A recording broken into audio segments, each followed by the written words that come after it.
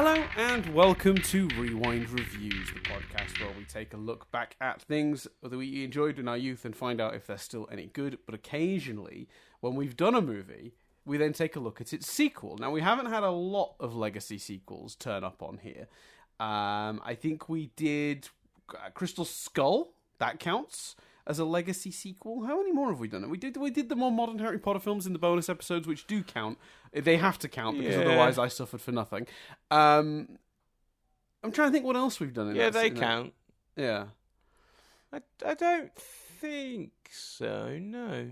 So not a huge No, number not of like legacy ones. not a huge number of not a huge number of films. Within the last 10 years, but there's been some.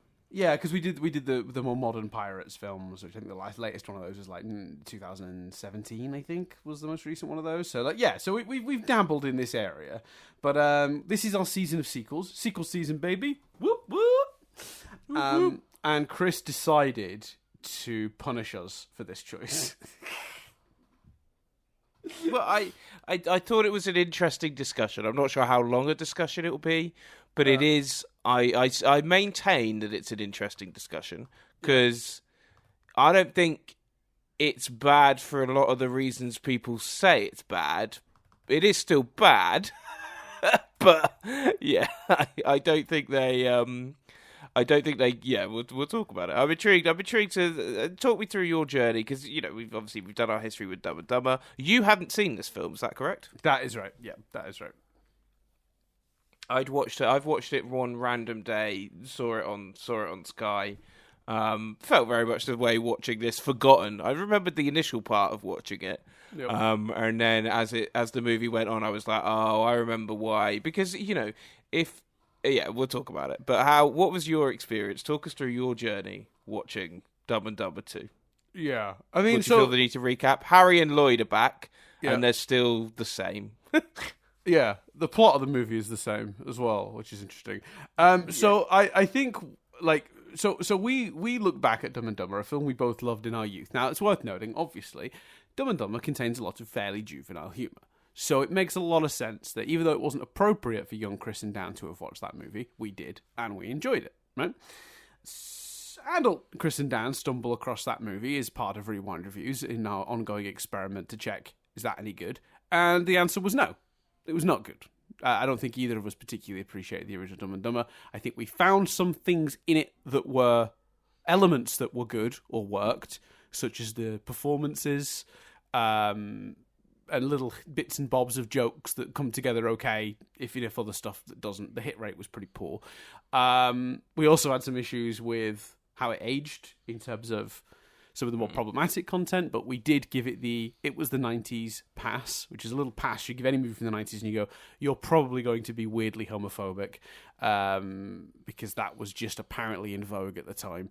And some of the stuff that we didn't particularly like. But taste changes, and I think it would be wrong of us not to acknowledge that.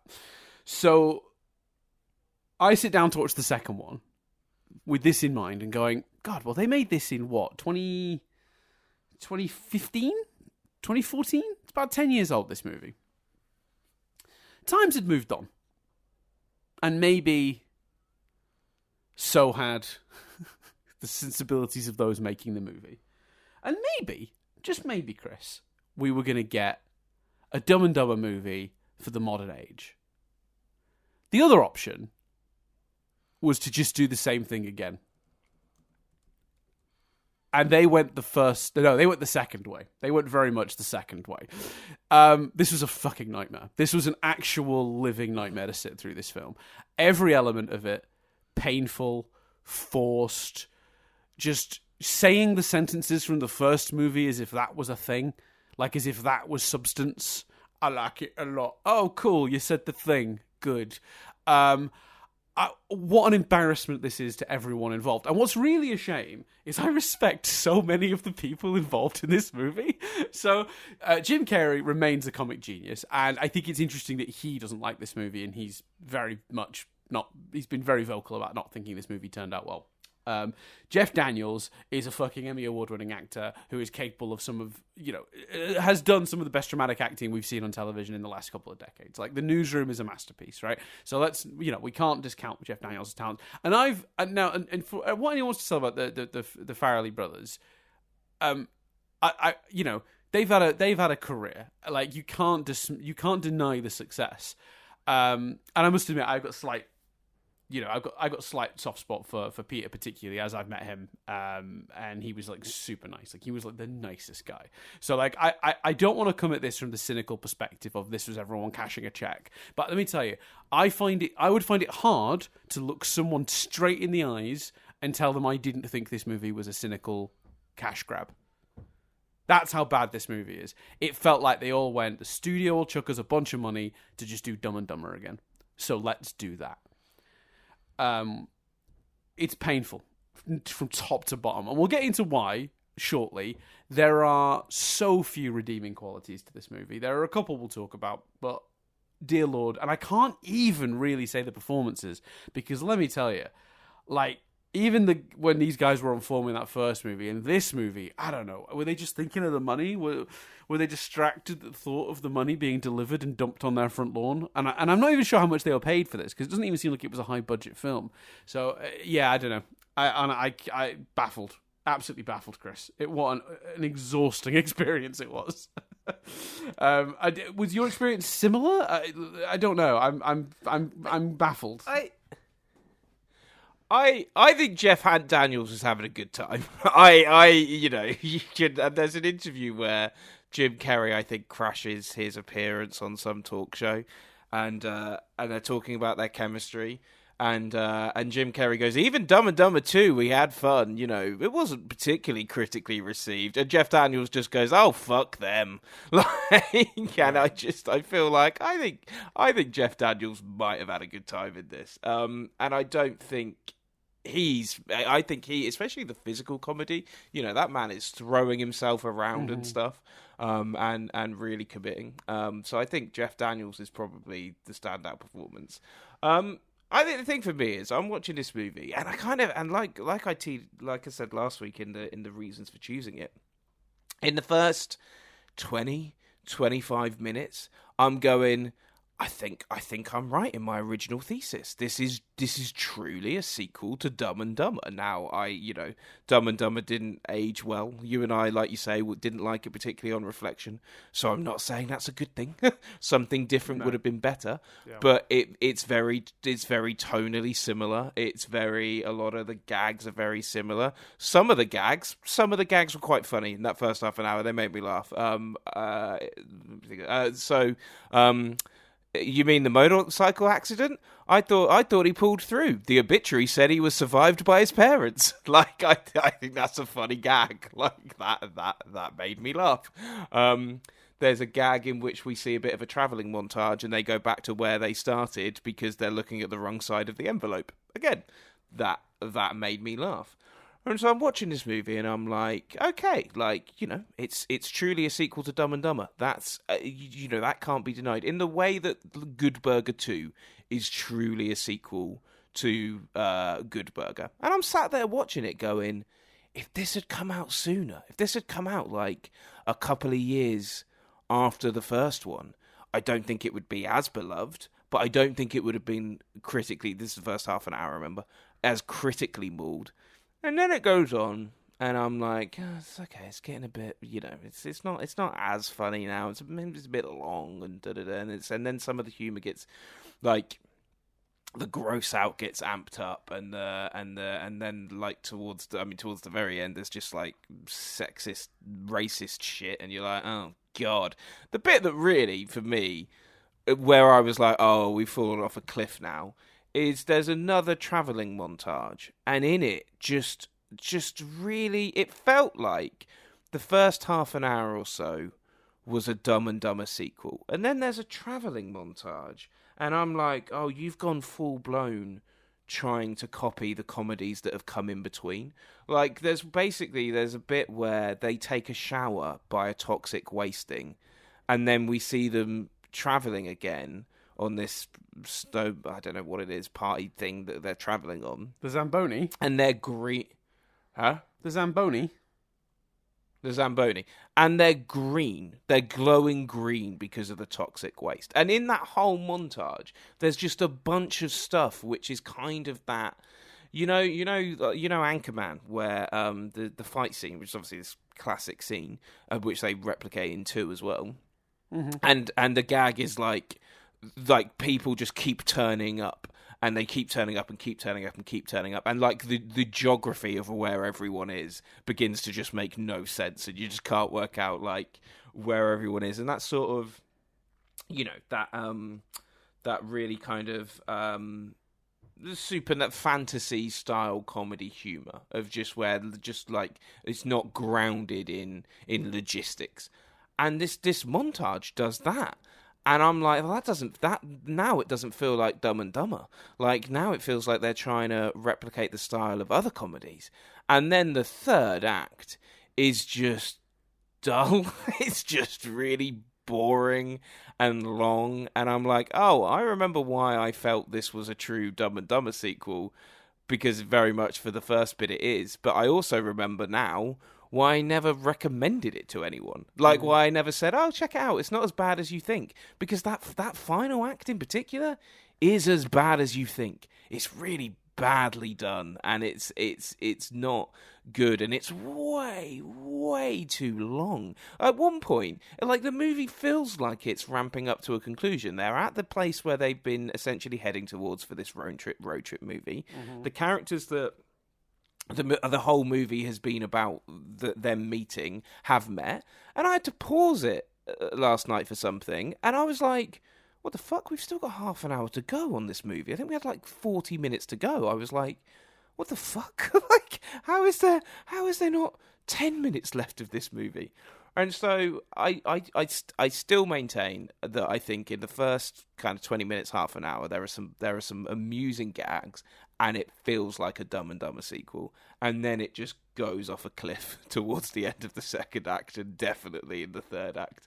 And it's just a bad comedy movie at those points, which is a shame. I think if it had been that first half an hour all the way through, I still think it would have been criticised, but I think it would have been criticised unfairly, because, like, I saw it was a review, or it might have even been the Honest Trailer, I don't know, and something said, oh, they're back, but they're now really nasty, and they're really mean-spirited. And I was like, no, they were nasty and mean-spirited in the first movie as well. Like, that's you just not remembering it. And I think if the whole movie had been that first half an hour, and that first half an hour is bad, but it isn't bad for the reason people say it is. The first one is equally bad for that. Yeah, but that is still a reason why this movie is bad, though. It is bad because it is mean-spirited. It is bad because yes, but it's unfair to say they've become mean-spirited, because they haven't become mean-spirited. They were that in the first one. I understand that, but it is still a valid criticism of this movie, and I'll be honest with you, I think the first half an hour is absolute dog shit as well, if I'm being completely honest with you. He's pulling the catheter out of him, and I'm like, oh, for fuck's sake. Like, it's just the whole idea that he did 20 years for a joke, and he had to wipe his shit up, and I'm just like, my head is in my hands. And then there's racist jokes in the first half an hour as well. The long time Harry thing is deeply shitty and offensive. Yeah, that's fair. I hate the kidney plot, in particular the resolution of it. There are like 3 points in the entire movie I laughed, I think. One is from the trailer, so I don't mind spoiling this if anyone hasn't seen the movie, although I don't see the movie, I'm not recommending it. I'm thoroughly not recommending it, and we are probably going to start spoiling stuff now, so maybe if you were just checking this to see if it was worth watching, the answer is no.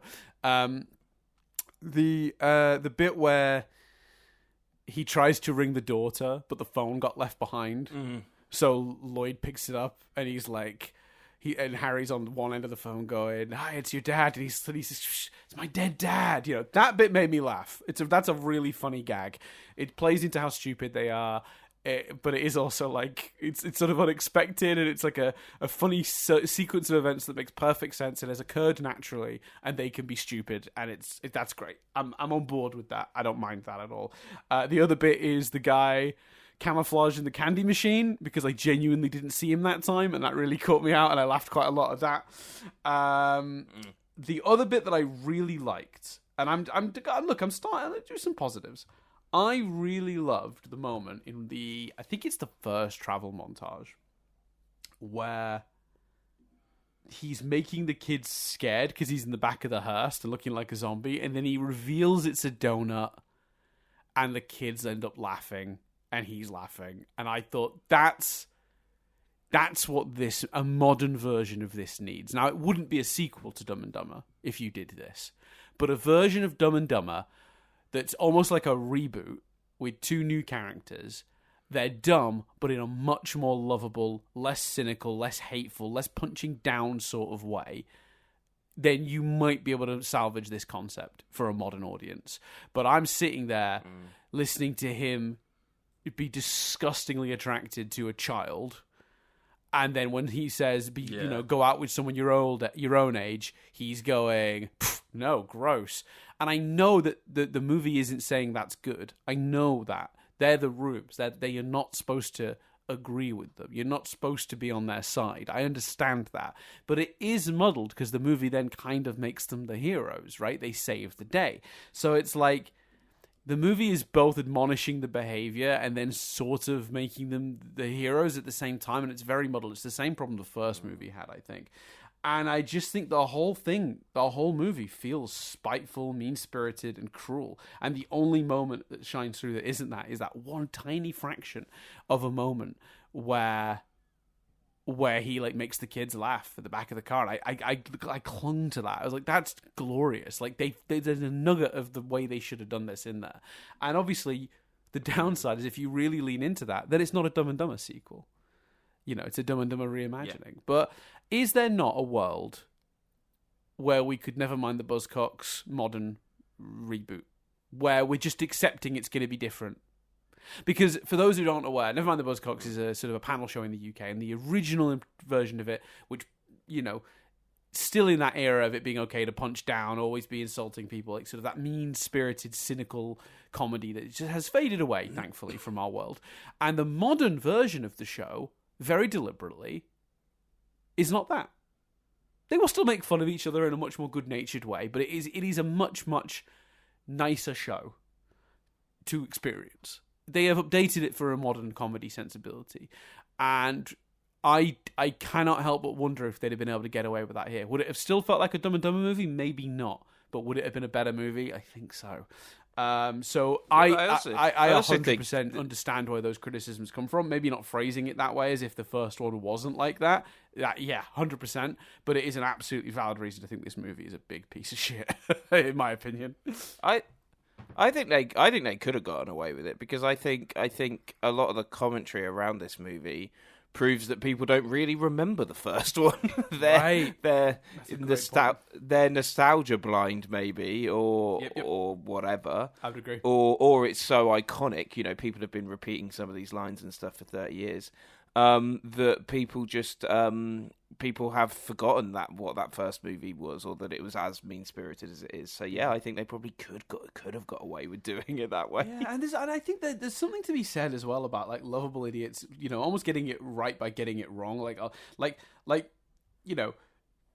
blundering their way sort of through a situation without realizing it. Because the first one had a few elements of this as well, where like people thought they might be geniuses. Like, you remember those guys are trying to track them down in the first one because they've got the suitcase full of money, and they think they're some sort of like stealth geniuses because they keep acting in sort of erratic ways that make them hard to track down and follow. Like, this movie could have lent more into that stuff, because I think that's some of the stuff that's less mean-spirited that worked really well in the first movie. It's the first movie. I have a lot more... Even though I didn't care for the first movie on rewatch, I still came away from watching that with a larger number of positives than with this one, because I still think that stuff really works, and they come close to it. There's a little hint of it, like that Travis character's demise is very much them blundering their way into getting out of a sticky situation without even knowing they were in it. And it's so perfect the way they do that, actually. It's one of the other moments that came kind of close to laughing was when they turn around and he's gone and we know he's been smushed by the train and they're just like... he took the car. Like, that made me laugh because I was like, okay, that's a good idea. That's a good premise. Like, they just think he bolted off with the car, which again is sort of a natural, less forced version of what they were doing. But it is, even then though, it's still a repeat of the joke from the first one, where that thug gets on the journey with them, right? And then they end up driving him insane till he ends up dead, because they accidentally poison him, in the first one. Here he gets hit by a train. Yeah. I don't know, man. There's so much repetitive stuff from the first movie as well. That's what drove me. That's really what drove me mad. And I'll tell you what's funny is they came really close to doing the other thing they should have done. There's one other moment I will say a positive for before I pretty much am out of positives, unfortunately. It's the dog van.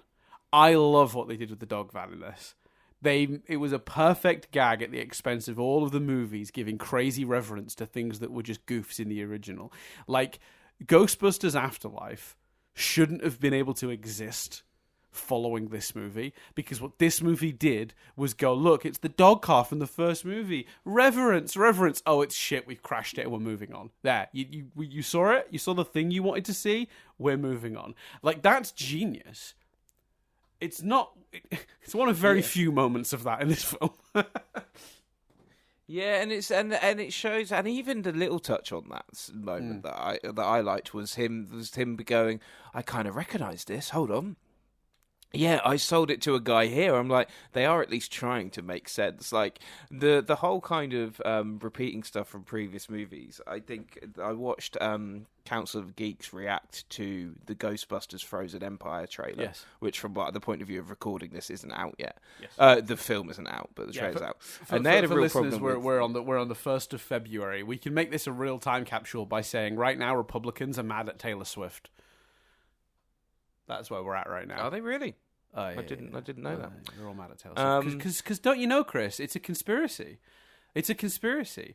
They've positioned her. The Democrats have made it so she's going out with a football player that's playing in the Super Bowl, right? So that she can go to the Super Bowl, then his team can win because it's fixed for the Democrats. And then when she wins, when they win, she wins really though, because then she's going to go on national television during the Super Bowl and endorse Biden. You're aware of this? It's a massive conspiracy, Chris. It's incredible. Wow. I know. But these people are mentally ill. Right. Like, I can't express how ill you'd have to be to believe any of that. But anyway. So Council of Geeks. I just have nothing to add to that. I know. I think I've stayed from commenting. Seth Meyers absolutely nailed it when he was like, the fact that you think a team that has been in 3 of the last 4 Super Bowls has been fixed to get there, like is delusional and proves you don't even understand football, which made me chuckle. So yeah, there you go, a little time capsule, everyone. So, in 4 months' time, when this gets released, you're all going, oh yeah, do you remember that in the Super Bowl when all the Republicans were their flavour of the week was to be mad at Taylor Swift and not the green M&M. So there's a scene in that trailer where, and I'm not as familiar. I don't know. I think she was the receptionist or something in the first film. She's the one in uniform. What's her name? Sorry, I'm not sure who you're referring to. So this is in what scene? Sorry.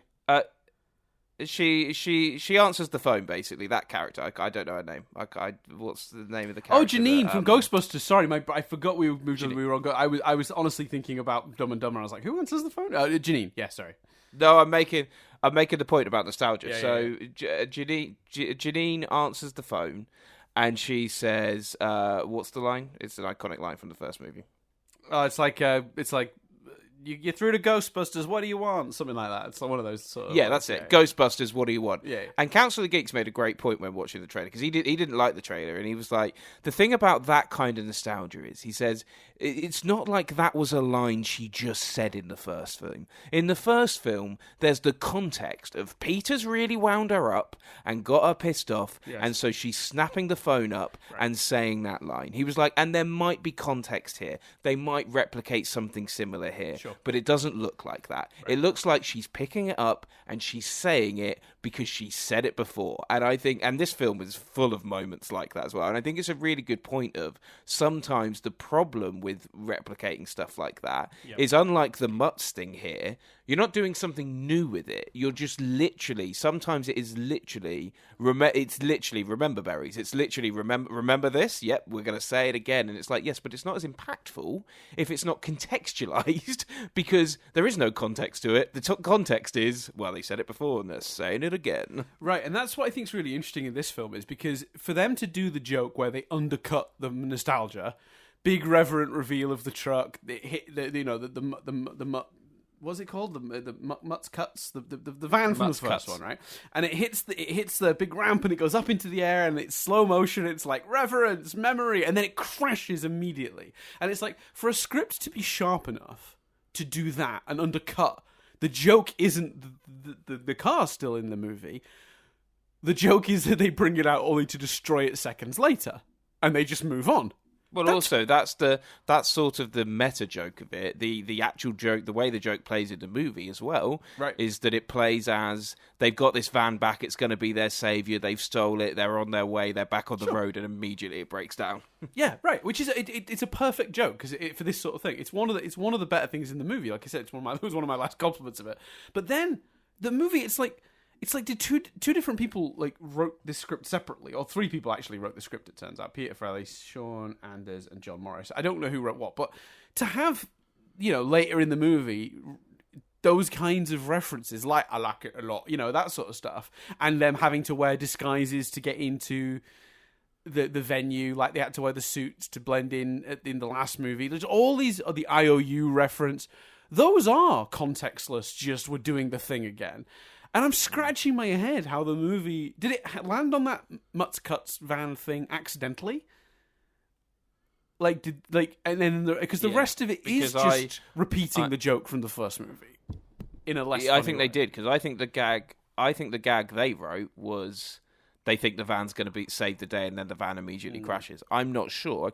I don't know, and I'd be happy to be wrong. Yeah. But I think your compliment of it might be an accident. Yeah, I think that's true. I think you might be right. I don't know. I don't want to say that with certainty. You never know the intent. Isn't it crazy, by the way, that this movie is 10 years old at this point? When I was like going to watch it, I was like, oh, this is like 4 or 5 years old now at this point. It's 10 years old. How did that happen? Where is all the time gone? Because at one point as well, I was sort of like double checking that this poor actress, what's her name?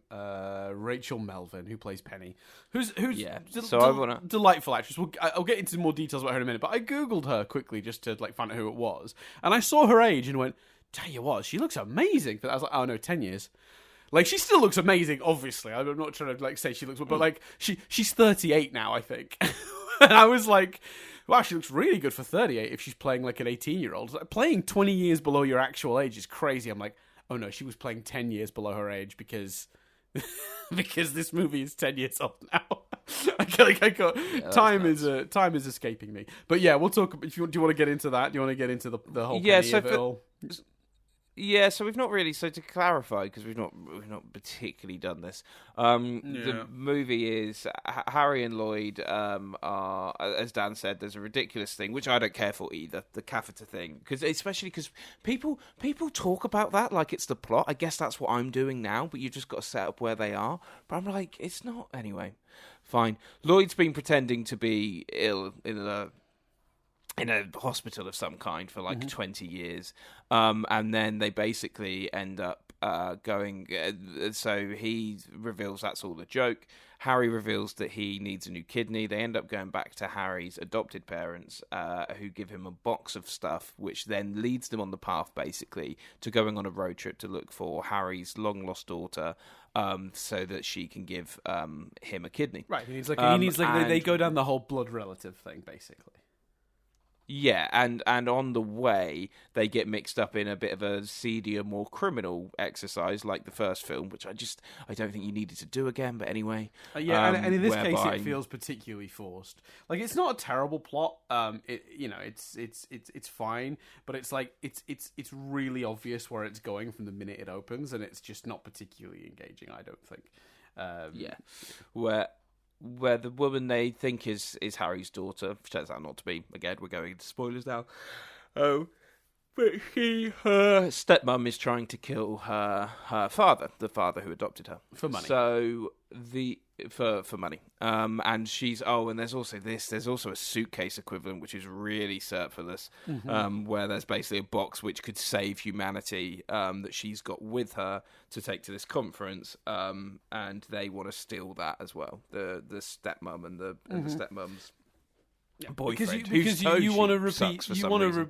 Oh yeah, but yeah, the suitcase and the box are the same thing. It's a mystery box. You don't know what's in it. It's something valuable. The bad guys want it, and then at a certain point, they do the same exact gag where when at the end you open it, half of what was in there is gone. But what was in there in this case, they try to undercut it by going, what was in there wasn't actually important in the end. But what was in there was cupcakes, and Harry's eaten them. They might as well have done the IOU gag again. Like, come on. Yeah, for sure. And so that's the plot of the movie. Now, a lot of the reviews that I looked at, blame and not blame, but point really harsh criticism to the character of and the performance of Rachel Melvin as Penny, the daughter. Personally, I think that's all in the writing. I think the writing of the character is awful. They're not written to be a funny character. Correct. I think you don't need another character to be stupid. So the idea is that she takes after her father, who we think is her father, and she's not even she's exactly, because neither Harry or Lloyd are ditzy. They're just like, I guess in the movie terms, they're dumb, and basically they write Penny as a young female equivalent of those two, and it just feels off and seedy in parts. I mean, most things connected to this character feel seedy, but the writing in particular is really bad. And given the materials that she had, I think Rachel Melvin's There's nothing else you can do. No, but I think exactly. Rachel Melvin's delivering what she's been given well. Yeah. Like, she, if the part is play a young teenage version of Harry and Lloyd, I don't see how anyone can deny that she's doing that. Like, I just think it's unfair to level the movie's failure at her, which some of the reviews try to do. It speaks to a certain amount of sexism, when we sort of we aim the criticism not at the men who wrote and directed it or the men who are starring in it, but some small side character that the men wrote poorly, and it's her performance that's the issue. It's not a surprise to me that this is how this turned out in terms of some of these reviews. I agree with you, 100% agree with you. She's doing the absolute best she can with that material. I've not seen her in anything else. I had a quick look down her IMDb. Actually, I must have seen her. She was in the Sleepy Hollow TV series. I don't recall her in that, but the fact that I don't recall her in that says she didn't give a stinker of a performance. Apparently she was in the Rake TV series for an episode as well, the American remake one. I didn't see that either. But so I've looked through her IMDb and I was like, I don't recognize anything else in here. So I can't really talk to her. She was in one episode of House. Anyway, so I probably have seen her in that too, but I don't recall her. My point is, God, she's done a lot of these one episodes of procedurals, because she was also in Castle, which I've almost definitely seen. She had one episode of Heroes I've definitely seen. So there you go. Anyway, my point is, I'm sure she is a perfectly, at absolute worst, she is a perfectly fine actress, I'm sure. And probably is even, is much better than that. This isn't a way to judge her, though, because this material is absolute dirt. This is the absolute worst material anyone in this movie is given. By a country mile. Yes. By a country mile. And for critics to not be able to understand that there's an element of that character it's the script, not just her performance, is embarrassing, if I'm being honest. Because, if you're a professional critic, you should be able to, even if you don't particularly care for her performance, and, maybe you've got a different opinion to Chris and I, and you think actually she's also delivering the material bad, you still can't deny the script is a large portion of this. And why that character doesn't work. And then there's the seedy element of it, which is Lloyd fancying her, which I just hate every minute of, top to bottom. It is gross, unnecessary. Not just Lloyd, not just the Lloyd of it all, but the notion, she's in her underwear in front of a random guy because she's misinterpreted, if you get nervous, picture people in their underwear. Yeah. So she's she's misinterpreted that, so she's in her underwear, and you just go, well, what else does that mean? And if anyone out there knows Rachel Melvin, could you just give her a hug and say, "I'm sorry you went through that," from me? She deserves better. Any actress deserves better. Anyone put in that position, that's awful. And look, maybe she fully agreed to it, thought it was funny, and was on board. And you know what?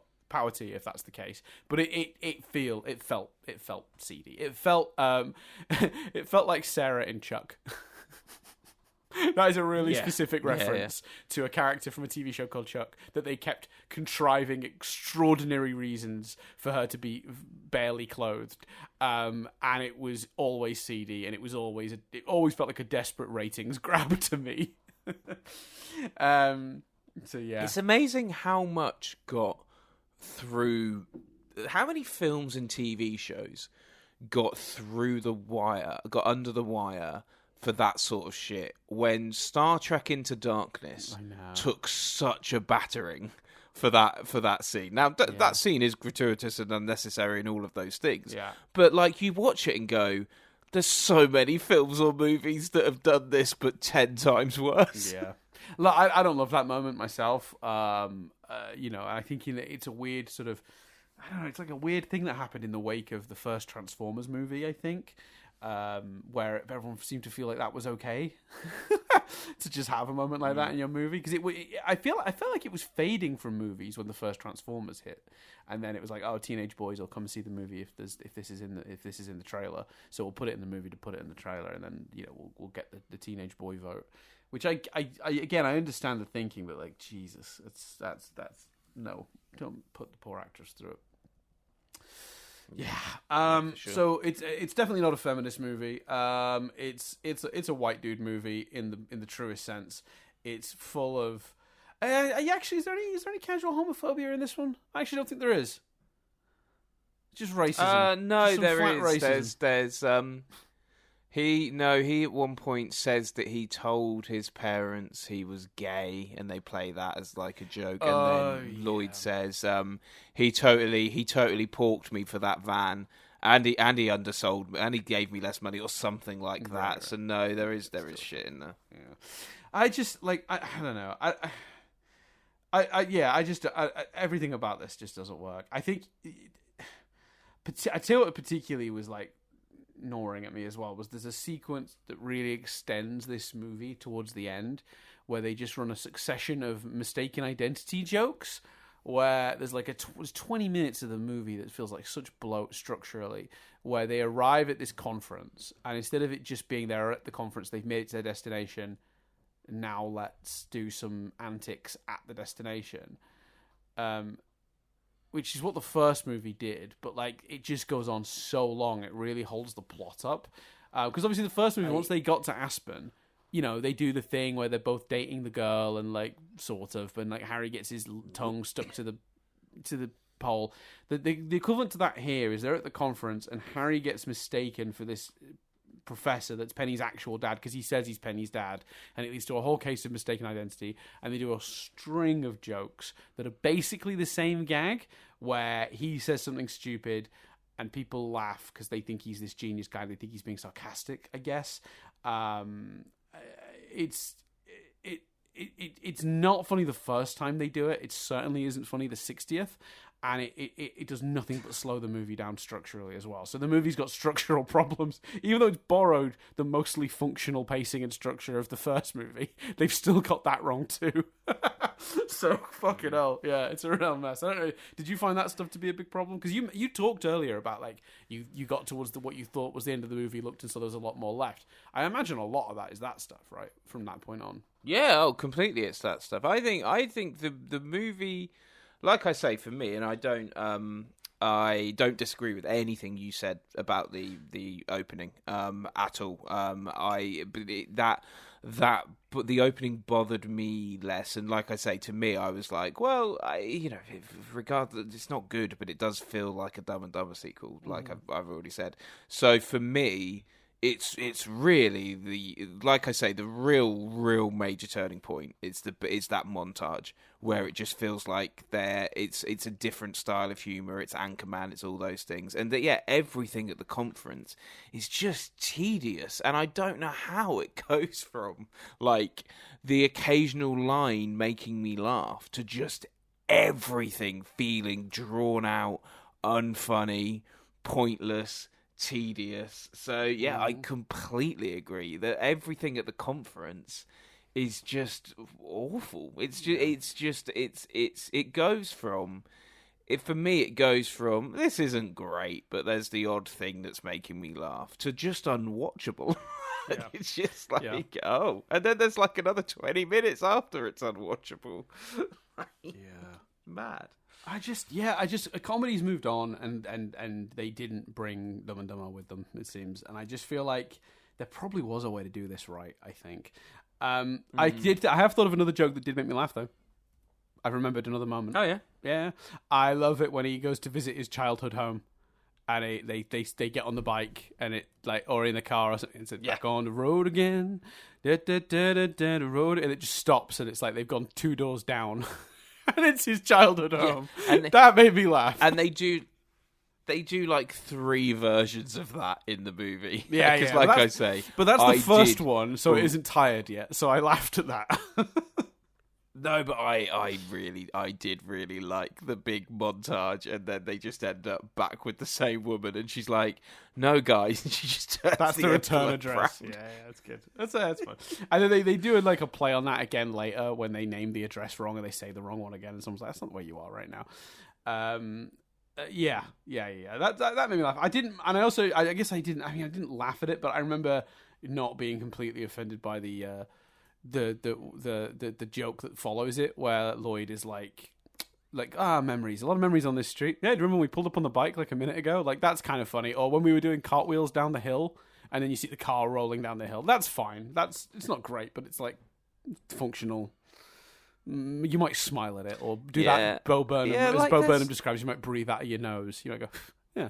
You know what I mean? Yeah, like I've just looking at quotes on IMDb. There is the odd good gag, like it's like this is I'm his associate, Dr. Christmas. Ah, Christmas, like the holiday. No, like the tree. Like that's all right. Like, yeah, that's the problem though. The hit rate is so poor.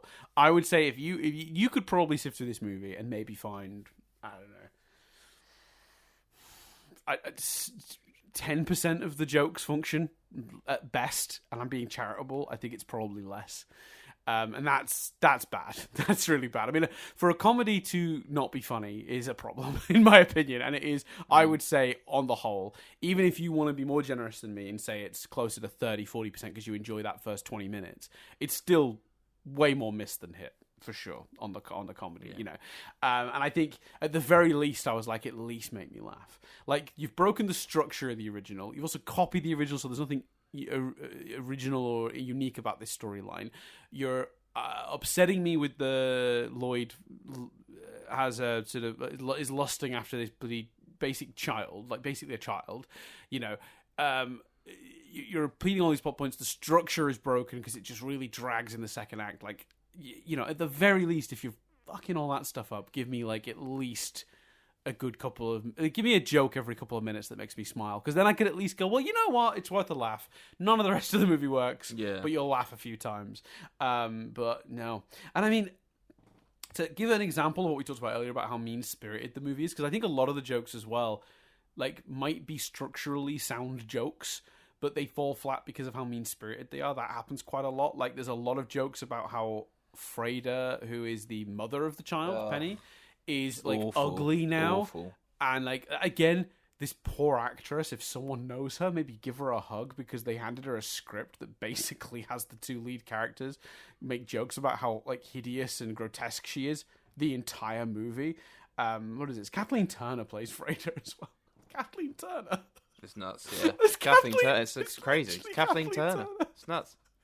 But I yeah. did like that they sort of, though, because they give her a good ending. Like, the actual ending, like, you take Harry and Lloyd out, the actual ending of Penny finding her mum, and then her mum kind of ending up hooking up and staying with her dad, her Yes. adoptive dad, and the idea of them becoming a family unit. I'm like, at least they took the 10 seconds to give them a happy ending, and give Freda in particular a happy ending. I thought that was good. I agree. And can I ask you a quick question about that moment? Because I'm worried I missed something, and I never got a chance to go back and double check. At what point does Freda find out Penny is her daughter? Because I was watching the movie, and when she first sees her crying on the floor and goes over to her, I thought she was just helping a random lady that was in need. And it was actually quite sweet that she found her daughter that way. But then I didn't see any scene where she found that out, but she just sort of knew that a scene or two later, that was her daughter. And I was like, oh, did you know the whole time, or have I missed a scene? I thought that, but I believe... Okay. Because I thought that at first, and then went, well, maybe it's this. I believe when Harry... Wait, is Harry... Harry's Jeff, isn't he? Jeff Daniels, yes. Yeah. I believe when Harry leaves the voice note for Freda, which we see earlier on in the film, Yes. he says where they're going, and he also says... She's giving. I think he says she's giving a big speech for her dad. Right. And Penny explains to Freda that I'm giving a speech to my dad, for my dad. So I believe Freda could make the connection. But the problem is, Freda doesn't really seem to react when she hears that. Correct. I'll check it. So So she doesn't have this big, oh, this is my daughter moment. Yeah, and you know what this feels like? This feels like a problem that you sometimes will get with a script that's been written by multiple people that aren't working in the same room. Like, when the script gets passed back and forth. Because it feels like there were two versions of this scene across the drafts. One version where she didn't know, and the sweet thing was that she just helped a random kid in need, and it was her daughter. And that's kind of lovely. It says something nice about Freda, and it's a sweet moment, right? That she reunited with her daughter by just being nice to a stranger. And I actually prefer that version, personally. But at some point, they were like, oh, but we need a scene where Freda finds out, and we've lost this scene later on. All right, let's try and make that so she already knows, which spoils, I think, quite how sweet that was, because now anything nice Freda does can be perceived as her being nice to her daughter, which I think does detract from the niceness. She still goes up to her before Penny says that. It's Right, still agreed. Quite Yes, sweet. But 100% agreed. But like a lot of like the things she's saying that are nice about and being supportive afterwards are clearly then after she knows. But because she doesn't react, because there isn't there wasn't obviously in the version of the script they then shot, there wasn't a scene description that said, when Penny goes, I'm giving a speech for my dad, close up of Freda reacting. She understands what this means or might mean, like something like that, that told the actress to react. So the actress plays it as without any moment of, of realization. So you're both confused on a practical level of when she found this out, when she then reveals later on that she knows, and it slightly spoils the moment. Doesn't completely, as you said, she still chooses to go over and help her before she knows that, but she finds out pretty quickly. So yeah, it's broken on that level too, which is a real shame because it was again a little glimmer of a better movie somewhere in there. Because Freda's one of the best characters in the movie, in my opinion, and performed brilliantly. By the way, Kathleen Turner really nails this. She's great in this role, very funny. Her line delivery on the reason that joke really tickled you when they get back, and she's like, "It's the return address." It's because she delivers it absolutely expertly. I mean, the joke is fine on paper as well, but she really nails that. Like, she's very good in this movie, I think. Yeah, I'd agree. I think she's great, and like you say, the poor woman, what she's being put through in terms of the lines and stuff, is just upsetting. Yeah, and look, again, who am I to say she didn't think that was hilarious herself and was willing to make fun of herself a bit? You know, maybe, sure. But like the tattoo thing where she has to turn it upside down because, oh God, it's just, it's gross. It's really unfortunate. Yeah. Also, I saw the kidney gag coming a mile away, by the way. Oh, yeah, for sure. The final reveal that he didn't need a kidney at all, ever. And when Harry, and Lloyd says, but I went and couldn't you tell me before I went and gave up my kidney? He's like, yeah, but timing. Now it's funnier. And it's like, oh yeah, that's a payoff to the opening of the movie, I guess. But yeah, it doesn't really work in my opinion. But Harry starts to embed because the movie kicks off because Harry's like, I'm not going to be around here. Oh no, they say that he knew he was faking later, don't they? Yes. Yeah. Yeah, they do that flashback to him realizing that Lloyd was faking. Also, I think you could argue, and I don't know if I would have to go back and look at the first movie. And I'm running out of things to talk about, by the way, so we're moving on to trivia soon, I think, unless Chris has any other stuff he wants to cover. But you could argue the plot of this movie doesn't start until over halfway into the film. Like 45 minutes in, they get the MacGuffin and go on the journey. If you don't think your movie's got pacing issues when that's like your inciting incident and they're on the journey, it's 45 minutes into an hour-and-a-half movie. Come on. That is midway through Act 2. What are you doing? Just from a basic screenwriting perspective, what the fuck are you doing? Now, I think someone would defend that and say, oh, the journey starts when he goes looking for his daughter. But, like, it just feels like it stops and starts and stops and starts. And it feels like the real actual premise of the movie doesn't start till about halfway through.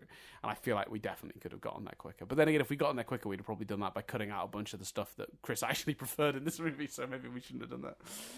Maybe that's the point at which the movie starts going the other way. I don't even know if it's preferred. Like, yes, I found some of those gags funny, especially, and I think more of those gags are in the beginning. But it wasn't even preferred, just sort of defended in a well, it's not as bad as people say, and it is a true sequel. But then, yeah, it just becomes indefensible. So yeah, you are. But I absolutely think this movie is still bad if you shave 40 minutes off of it. But you could easily shave 40 minutes off of it, and at least would be going, well, it's a tight 80. But it wouldn't even be that though, because it's only an hour and a half, isn't it? It wouldn't even be. If you shaved 40 minutes off this, that's half the runtime, is it not? No, isn't it like... hold on, because I had it up to see if I could answer the whole... it is an hour and 49 minutes. So yeah, it'd be 2 hours. No, if it's an hour and 49 minutes and you shaved 40 minutes off it, the movie ends at an hour and 10. Yeah, I didn't know the exact... you know what I mean? I didn't know the exact numbers when I said that, but okay, shave half an hour off of it then. You know what I mean? Just shave something off of it, Dan. Yeah. It doesn't need to be 2 hours long. No. Yeah, it's pretty long. I didn't mind his performance. The character's not great, but I did kind of like Travis and his brother were kind of fun, I guess, and at least a different take on the sort of goon that comes traveling with them from the previous movie. Like, this guy is more capable and a little smarter and handles them a lot better than the guy from the first movie, you know, the one that was traveling with them to try and get the case back. Yeah, I think the problem is the gags where they're camouflaged, where he's gone to the most extreme lengths to camouflage himself, are great. As you've already said, a great bit. And I think the problem is, in memory, the character seems better because actually those are just two decent gags. You know well, I liked that he was actually able to work on their level.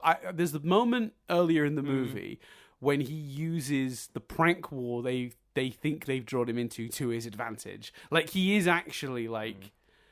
He understands very quickly how stupid they are. this is Travis. This is the initial Travis, not his brother, who does the camo later, which is both played by the same actor, Rob Riggle, who does a great job, by the way. It was so obvious that they were going to do that, by the way, because he mentions he has a brother really early in the movie, and he's also wearing the worst wig in the history of television and movies. And I was like, oh, so later on we'll meet the brother, and the brother won't have this awful wig. That's like the fakest hair I've ever seen in my life. So I knew the brother was coming into it, and because the brother was military, I was like, he'll have like really short cut hair, and that's how you'll do it. But when the first Travis is traveling with them, and he's getting into the prank war with them and stuff, I liked the way he sort of like got them with like, you know, by making them play the peanut game and stuff like that. And he was also like, you know, winding them up and getting his own back a little bit for what they'd done to him. But he was also like, that was also part of his plan to like get them out. You know, he's tricking them into taking them out, out to somewhere where he can kill them. Like, that stuff's not terrible. I don't think that's a bad idea, because it is a different take on what we had in the first movie, where the guy just didn't know how to handle Harry and Lloyd at all, and eventually just died as a result of this, you know, their idiocy. I like that Travis was a lot more like aware of what was going on and how to handle them, and it didn't work out, obviously. You know, he didn't realize he stopped on a train track, but that's kind of, you could put that down to dumb luck rather than like a bad plan. Like, if that train hadn't come and they hadn't parked exactly where they parked, he'd have shot those two guys and he'd have been off with his cupcakes, you know. So yeah, I liked that they gave him a more competent villain, both in him and in his brother. Later on, that made for slightly more tension, maybe, I guess. And I'm really stretching to give the movie a compliment here, by the way. I was just really digging just to try and be fair to the movie.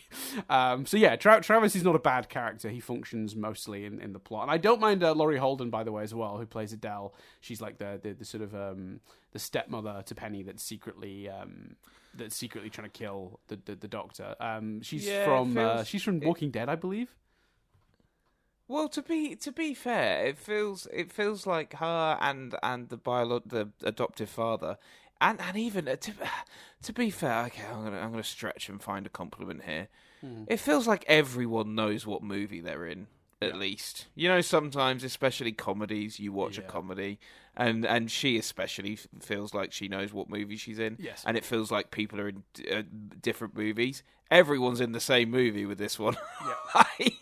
she. I don't like the toe stuff because it's unnecessary. It doesn't tell us anything about the character. It feels like let's be risque thing. Let's be a little the perverts gross, what they right? want. Like, it's supposed to be gross and funny. You're supposed to be looking at them and going like, how silly. Yeah, but it's not that. I guess it's agreed. It's supposed to be gross out humor, I think. Maybe. Yeah. I suppose. Yeah, you're right. Yeah. So, but she's great. But I don't really think anyone's delivering a bad performance. It's just the script is awful. I do feel a little bit like Carey and Daniels are not on form here, if I'm being honest. I feel like they're not on form, but I don't think. I guess when you're that talented, not being on form is still like pretty good. Like, yeah, well, and there is still chemistry between them. Yep. There is still comedic timing. Yep. There's actually less of sort of the Jim Carrey moving his body for the sake of moving his body than there could have been. Like, I do think I didn't do it, but I do think if you went from one movie to the other, it would feel like the same characters and they wouldn't have really missed a beat. And like I say, the physicality of it, considering these guys are so much older, I thought was great. Like, you know, and you can tell that they're, you know, when Jeff Daniels throws himself in the road, you can tell it's Jeff Daniels throwing himself in the road. It's just the script is awful. Because yeah, it is. Yeah, you're right. It's exactly it. Yeah, that's fair. One other quick little note that I've got just is that they do two sort of like fantasy sequences again.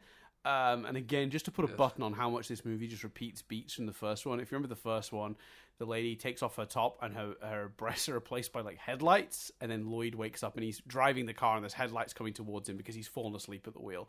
In this one, it's the same thing, only it's the front grille of a big truck, and then he's licking the truck, and then the truck is like, "What are you doing?" Ha ha ha! Same joke. Not good. Still not good. well, it wasn't particularly funny in the first movie. It's not particularly funny here. Very much. And the sequence very isn't much an example of. Go on, sorry. Very much an example of that bad nostalgia. Yeah, right, 100%. Because like in the first one, like I remember you weren't a big fan of the fantasy sequences, but I was like, they were really off the wall, and that's kind of like you sort of go like, well, when else are you going to be able to do jokes like some of the jokes in that? But in this, even the fantasy sequences weren't crazy enough. Like they didn't go far enough. They were pretty grounded, like for what they were. You know, both characters cast the other as a dumb, smelly, like useless person, which is kind of funny, I guess. But they didn't like have like nowhere near as crazy as the fantasy sequences from the first movie. So yeah, I don't know. Isn't there a bizarre? I assume because I think I recognise her. The Harry's wife in Lloyd's fantasy is someone known, isn't it? That's a reference, right, to something. Maybe I could look it up. Like a teen mum or like one of those type of things. Maybe. Let's look. See if I can. I don't have that in my triv, but I'm sure it's in the triv. Let's have a look. Yeah, so it's someone called June Shannon plays Harry's trailer park wife. By the look of whatever this is, let me do 3 more. Let me do all that. June, who is she? Shannon.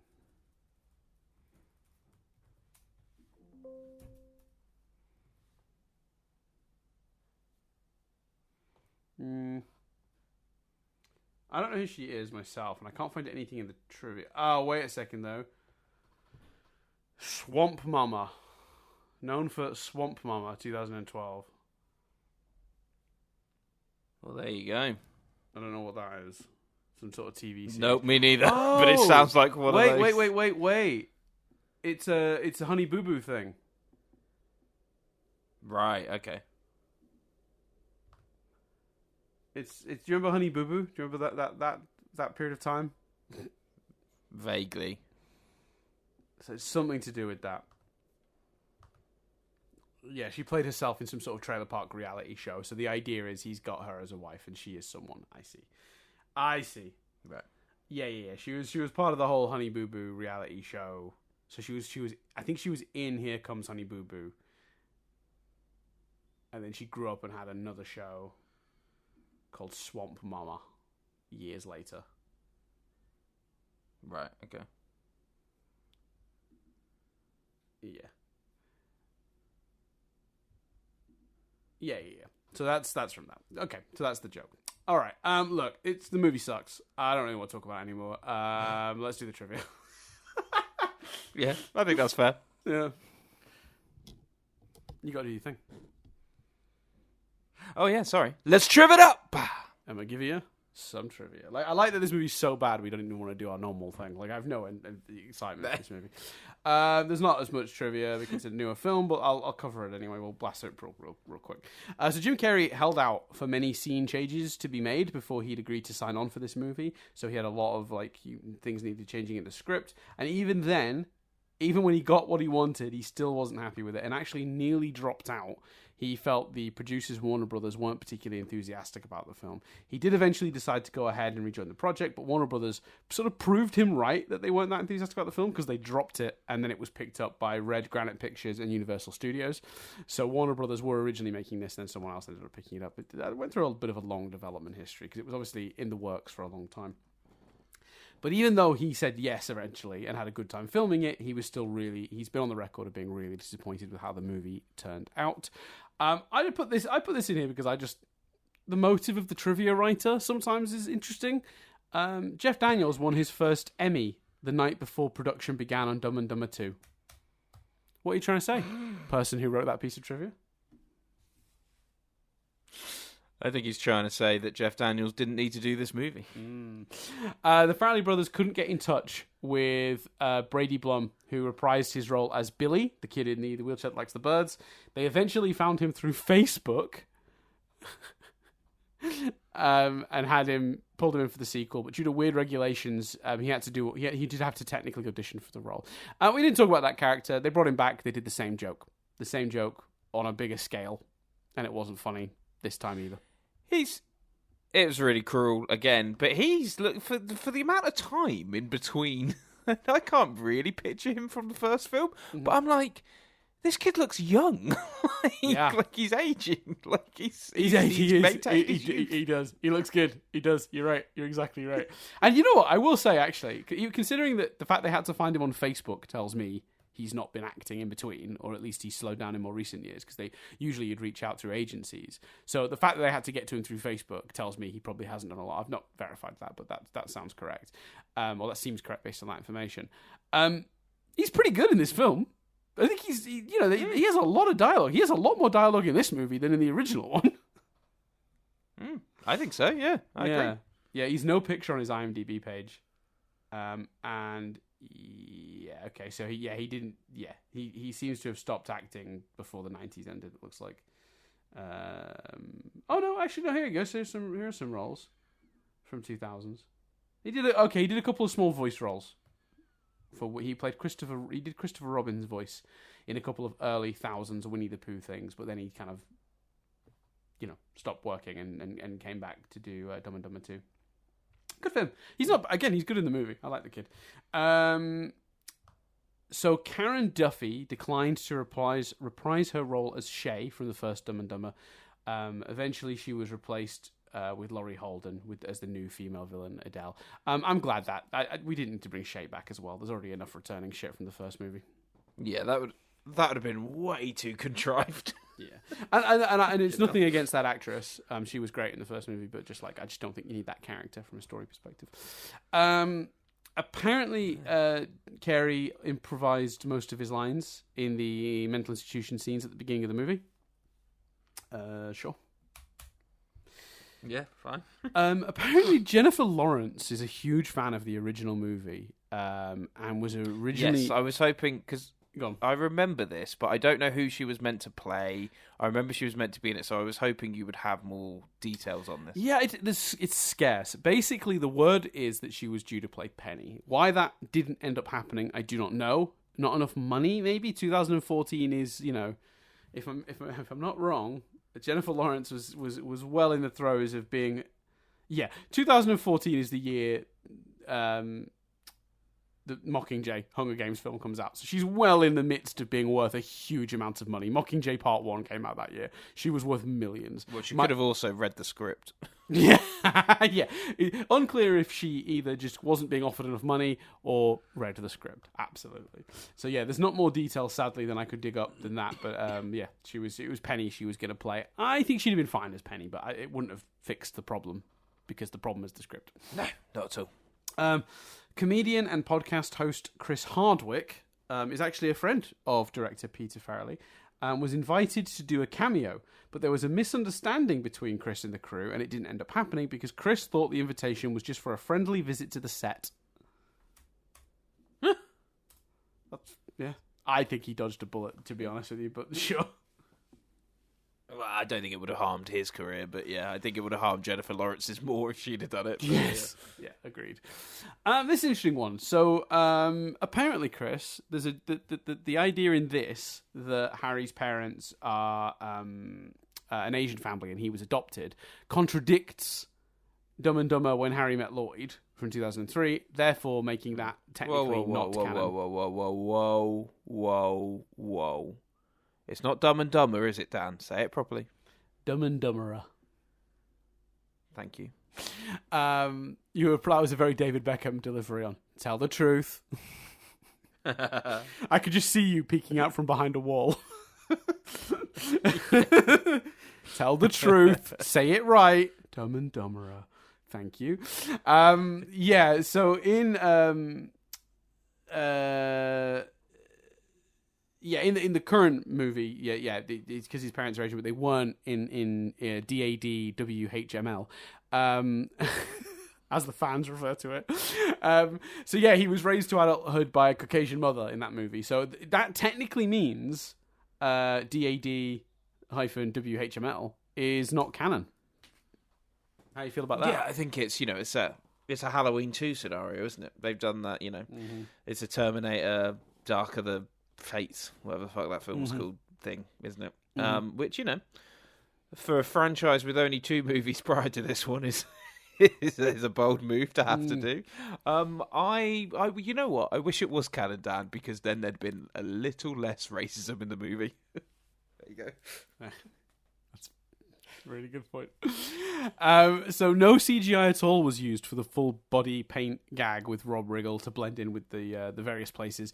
The brick wall, which I did, I saw him in the brick wall almost immediately, but the hotel hallway one when he's in front of the vending machine is a fucking incredible thing. I genuinely went back and watched it again and was still like, where is he?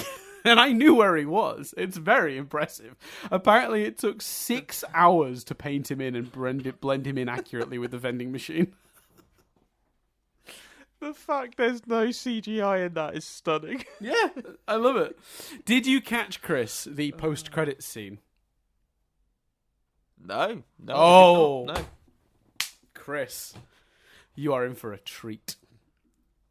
The post-credits scene. Have you got it in front of you? Can you look at it? Yeah, I can. Yeah. You should put it on and I'm going to describe it. Well, let me know when you've got it in front of you and you're watching it, and I'll describe it to our listeners as you're watching. Right, got it now. Yeah. So they're on the Zamboni, and Harry and Lloyd are drinking their milkshakes that they've bought. And Harry's like, oh, I ordered chocolate, but they gave me vanilla. And Lloyd's like, oh, I ordered vanilla, but they gave me chocolate. These guys make mistakes like that all the time. And they throw the milkshakes behind them, and they hit the window of a van, which is being driven by the guy from the first movie that chased and beat up Lloyd a bunch. And then a big board drops down that says, Dumb and Dumber 4 coming summer 2034. And then, if you keep watching, have you gotten to it? No, they're just about to throw the milkshake. Okay, I'll let you see it. I'll let you. No, I've got to let you see it. I want Chris's reaction to what happens after Dumb and Dumber 4 comes on screen. So I forget the name of the character, but it's the guy from the previous movie. Do I have the character? Just seen the thing I'm talking about. Oh, that is brilliant. Yeah, so the Travis's brother, played by Rob Riggle, once again pops out of the sign, having been hidden with paint. It's really good. It's very well done. I was also chuckling that whole thing, but again, right? So I like that because I was also chuckling at 4 being spelt FOR. Yes, yeah. Enjoyed that. I also enjoyed them sort of acknowledging when Harry met Lloyd, or Dumb and Dumberer when Harry met Lloyd. But even that's ridiculous because this one's called 2. So yeah. But again though, because the milkshake gag,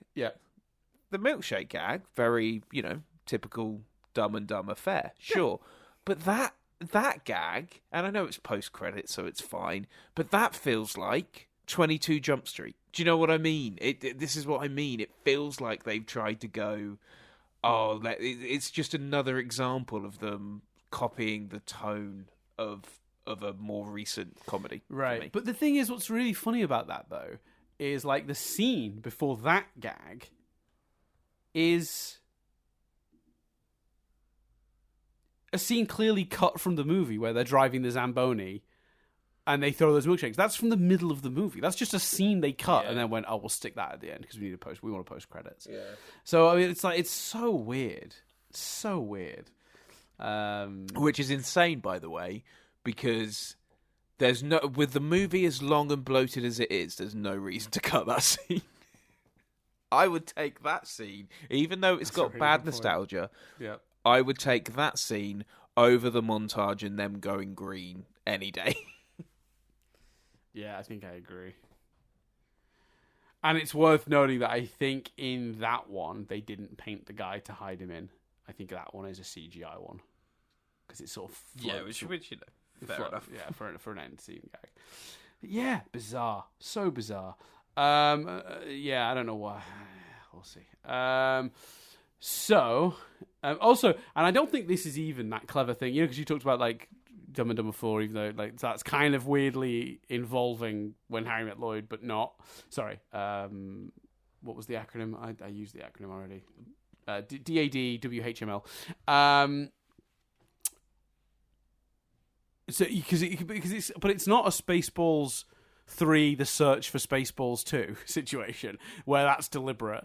It's just there isn't really I don't think there's quite as clean a gag for the title of a third movie, Dumb and Dumber 3, like there is for 4 FOR.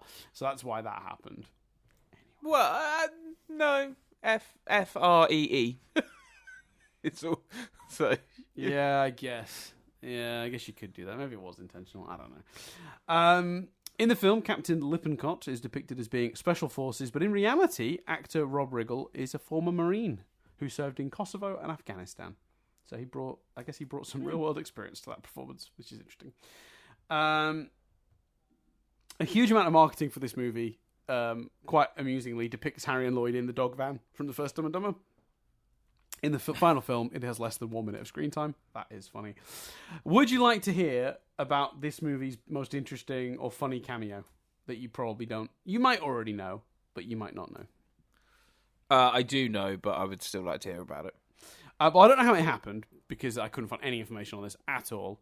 But the character of Ice Pick, who is Harry's new roommate at the beginning of the movie, who is a guy in a full-on sort of Breaking Bad style, meth lab hazmat suit, is making meth in there. It turns out the man in that suit, whose face is never visible in the movie, is Bill Murray.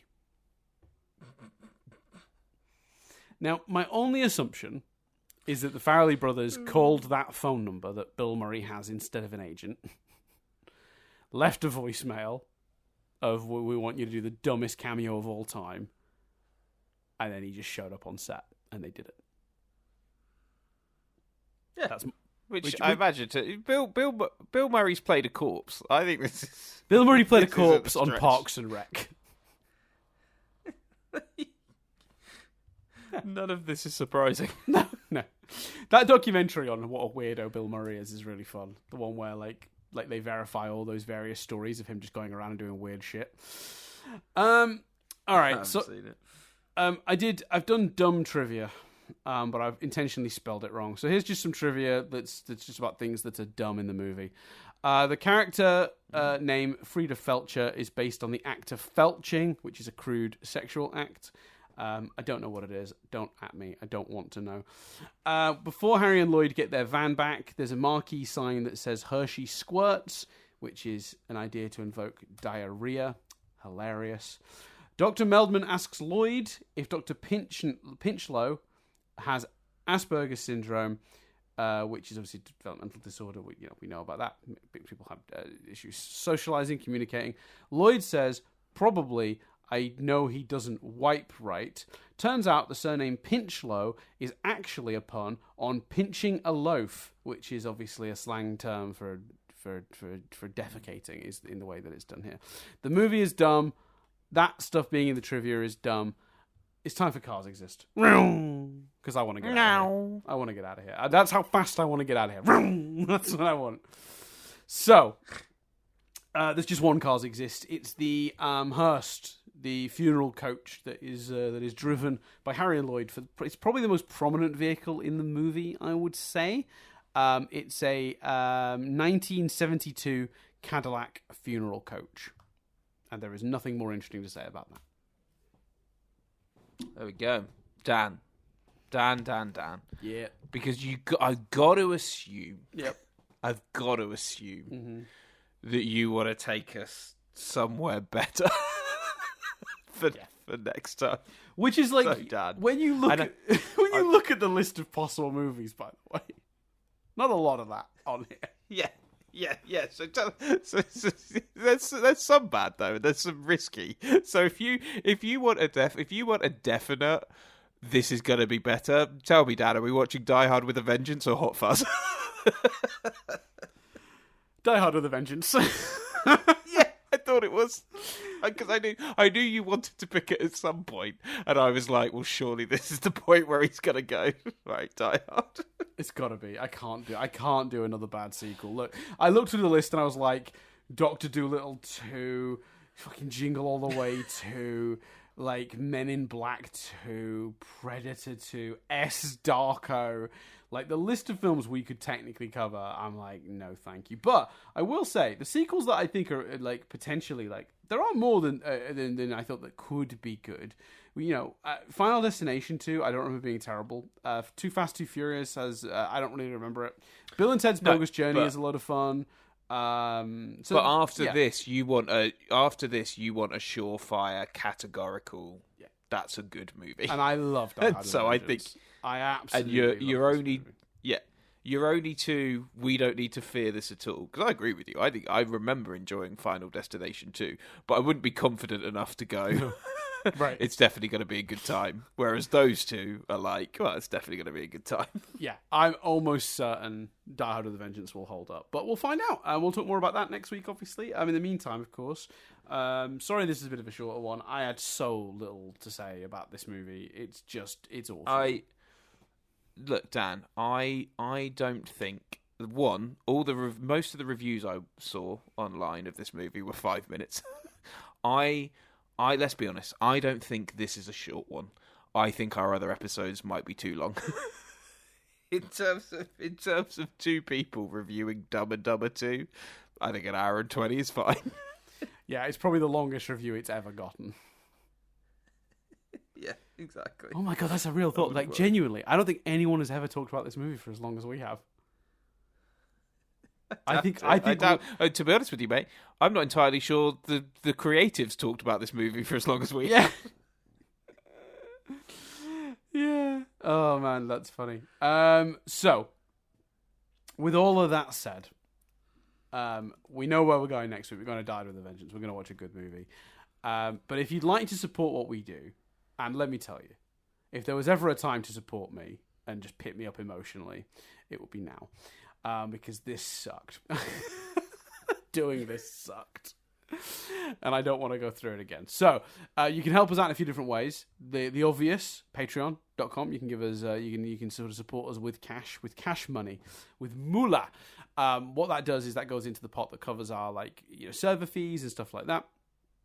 And then from there, obviously, you get access to episodes of this a week earlier, so you can hear Die Hard with a Vengeance right now if you go over to patreon.com. And also access to our Discord, and also access to our bonus podcast, Nothing But Lyrics, where we take the lyrics of a song and we either make fun of it or just try to make sense of them, and sometimes a little bit of both. So that's always good fun. Other ways you can support us, of course, is by commenting, liking, subscribing on all the various platforms, whether it's the podcast version, that's just fully audio on like iTunes, Spotify, all those places, or if you're heading over to YouTube and finding the video version of the podcast, which again I've clarified before, but it's not a video of the podcast. It's just a YouTube video that has the podcast in it with a visual stuck over the top of a tape spinning around. In HD for some reason, I don't know how. For the first year of this, I think they were in 4K, the videos, because the rendering software I used was just standard set to render in really high resolution. I was like, why are these files so big? Turns out I was rendering it in 4K. 4K just to watch that tape spin around. Chris, what do you reckon? Worth it? Unnecessary, if I'm honest, Dan. Yeah, I think you're right. And I think it still does full HD, which is still, even that's unnecessary. But anyway,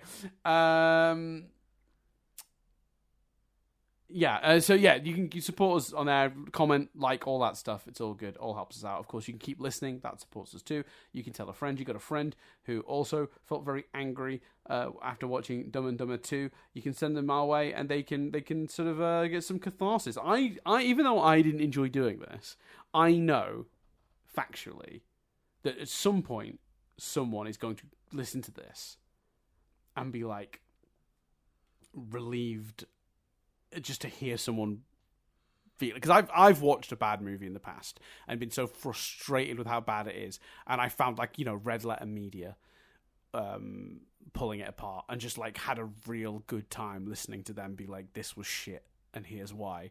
Because sometimes you just need that after you've suffered through a film like this. So maybe if you've got a friend who doesn't like this movie, you can pass it on and they can have that catharsis themselves. I have done it many a time myself. So yeah, that's all the stuff. Obviously, yeah, if you're not enjoying this, don't listen. We don't recommend listening to a podcast you're not enjoying. But otherwise, I think that's everything for this week. And Chris ends these, so I'm going to throw it over to him to do that. Yeah. I've been Chris Billingham. I've been Dan Doohan. And this review has been Rewound.